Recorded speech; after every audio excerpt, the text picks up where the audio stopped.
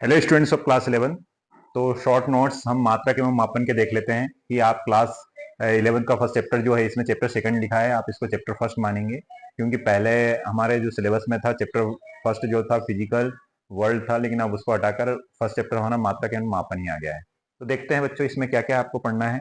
तो पहले मात्रक मात्रक एवं मापन, यूनिट्स एंड मेजरमेंट। आगे देखते हैं मापन का परिचय। तो अगर मापन का परिचय हमें क्यों जरूरत पड़ी, क्योंकि बिना मापन के हम कोई चीजों को की फिजिकल क्वांटिटी को मेजर नहीं कर सकते हैं। इसी में हमें सबसे पहले समझना पड़ता है भौतिक राशि। भौतिक राशियां होती क्या हैं? तो भौतिक राशि को अगर मैं लिखना चाहूं तो भौतिक राशि ऐसी सारी राशियों को भौतिक राशि बोलेंगे जिनको हम माप सकते हैं। इसके लिए हमें टू थिंग्स की जरूरत होती है, एक न्यूमेरिकल वैल्यू और दूसरा उसका यूनिट। जैसे अगर मैं न्यूमेरिकल वैल्यू टू न्यूटन एक फोर्स की बात कर रहे हैं कि फोर्स एक फिजिकल क्वांटिटी है या भौतिक राशि है, और इसका न्यूमेरिकल वैल्यू जो है वो 2 है और न्यूटन उसकी इकाई है, यूनिट है। तो फिजिकल क्वांटिटी या भौतिक राशि बराबर होता है n इंटू यू। आगे हम बात करें ये भौतिक राशियां कितने प्रकार की होती हैं, तो स्पेशली ये भौतिक राशियां जो है दो प्रकार की होती हैं, मूल राशियां और व्युत्पन्न राशियां। मूल राशियां क्या होती हैं और व्युत्पन्न राशियां किनको बोलते हैं? तो मूल राशियां मतलब होता है फंडामेंटल क्वांटिटीज, और व्युत्पन्न राशियां क्या होती है? जो ड्राइव्ड क्वांटिटीज है। वे भौतिक राशियां जो पूर्णतः स्वतंत्र होती है और जिन्हें व्यक्त करने के लिए अन्य राशियों की आवश्यकता नहीं होती है, उनको हम मूल राशियां बोलते हैं। अदरवाइज जो दूसरी राशियों पे मूल राशियों पर डिपेंड करती है, उन राशियों को हम बोलते हैं व्युत्पन्न राशियां। उदाहरण के लिए मूल राशियां है लंबाई, द्रव्यमान, समय, एवं व्युत्पन्न राशियां है वेग, बल, कार्य, ऊर्जा। ठीक है, आगे अगर हम बढ़ते हैं तो मात्रकों की पद्धतियां। जब हम जो डिफरेंट डिफरेंट टाइप्स की भौतिक राशियां हैं तो उनको हम डिफरेंट डिफरेंट मात्रकों में मेजरमेंट करते हैं। जैसे पहले अगर बात करें सीजीएस मात्रक, एमकेएस मात्रक और एसआई मात्रक, एक एफपीएस मात्रक भी होता है ना, जिसमें हम अगर बात करें लेंथ को, हम अगर सीजीएस मात्रक की बात करें लेंथ को सेंटीमीटर में, द्रव्यमान को ग्राम में और समय को सेकंड में। इसे गाउसीय पद्धति भी कहते हैं सीजीएस को। और एमकेएस पद्धति में लंबाई को मीटर में, द्रव्यमान को किलोग्राम में और टाइम को सेकंड में। इसको इंजीनियरिंग पद्धति भी कहते हैं। और एक अंतरराष्ट्रीय मानक प्रणाली है, ये एमकेएस का ही क्या है, विस्तृत रूप है। और जनरली हमें जो भी भौतिक राशियां हम पढ़ते हैं तो उनको हमें क्या लिखना होता है? एसआई सिस्टम में लिखना होता है। ठीक है, और एक और होता है एफपीएस सिस्टम, है ना, फुट पाउंड सेकेंड सिस्टम। मतलब इसमें लंबाई हम फुट में मेजर करेंगे, द्रव्यमान हम पाउंड में मेजर करेंगे और टाइम जो समय जो है वो किसमें? सेकंड में मेजर करेंगे। एक पाउंड में कितना ग्राम होता है? लगभग 453 ग्राम होता है। चलिए बच्चों नेक्स्ट स्लाइड में देखते हैं। एसआई प्रणाली के एसआई प्रणाली में कितने भौतिक राशियां मानी जाती है? तो 7 फंडामेंटल क्वांटिटीज मानी जाती है, जिसमें लंबाई, द्रव्यमान, समय, विद्युत धारा, ताप, पदार्थ की मात्रा और ज्योति तीव्रता।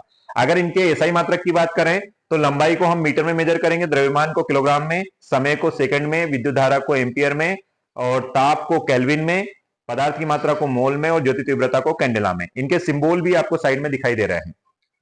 ठीक है, तो ये 7 फंडामेंटल क्वांटिटी है और उनके एसआई मात्रक। इसके बाद में कुछ पूरक मात्रक भी होते हैं जिनको सप्लीमेंट्री मात्रक कहते हैं, सप्लीमेंट्री क्वांटिटी यूनिट्स बोलते हैं। तो समतल और घनकोण। समतल ये वाला है और ये घनकोण है। समतल कोण इसका मात्रक रेडियन होता है, यह वृत्त के चाप और त्रिज्या का अनुपात होता है।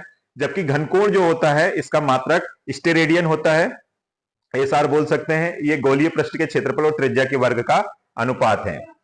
ध्यान देने वाली बात यहां पर यह आती है कि ये दोनों ही राशियां विमाहीन होती है, डायमेंशन लेस होती है। कई बार पूछा जाता है कि आप ऐसी राशियों के नाम बताइए, ऐसी राशियों के नाम बताइए जो कैसी हो, विमाहीन राशियां हैं, तो आप समतल कोण और घनकोण लिख सकते हैं।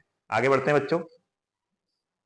लंबी दूरियों, मान लो मुझे चंद्रमा की दूरी पृथ्वी से पता करना है तो एक हम शॉर्ट मेथड का यूज कर सकते हैं जिसको हम लंबन विधि या पैरेलैक्स मेथड कहते हैं। उसमें हम बोलते हैं पृथ्वी से बहुत अधिक दूरी पर स्थित ग्रहों या तारों की दूरी मापने के लिए इस विधि का उपयोग किया जाता है। दो अलग अलग बिंदुओं से देखने पर वस्तु की स्थिति में आभासी परिवर्तन, कोण के मापन से दूरी, इस टाइप से एक ये कॉन्सेप्ट होता है। ये अभी हमारे एमपी बोर्ड से रिड्यूस टॉपिक कह सकते हैं, लेकिन फिर भी हमें पता होना चाहिए। आगे बढ़ते हैं।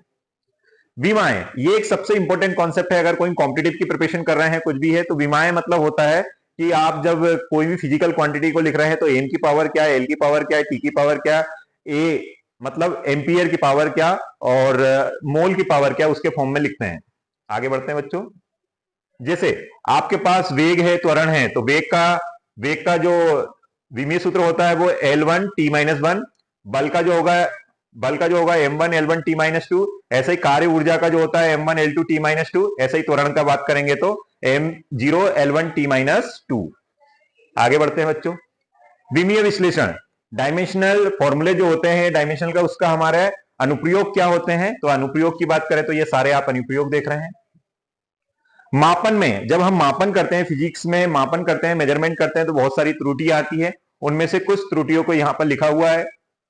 अब इसमें भी हमें दो चीजें रहती है, एक एक्यूरेसी और एक दूसरा होता है प्रेसिजन।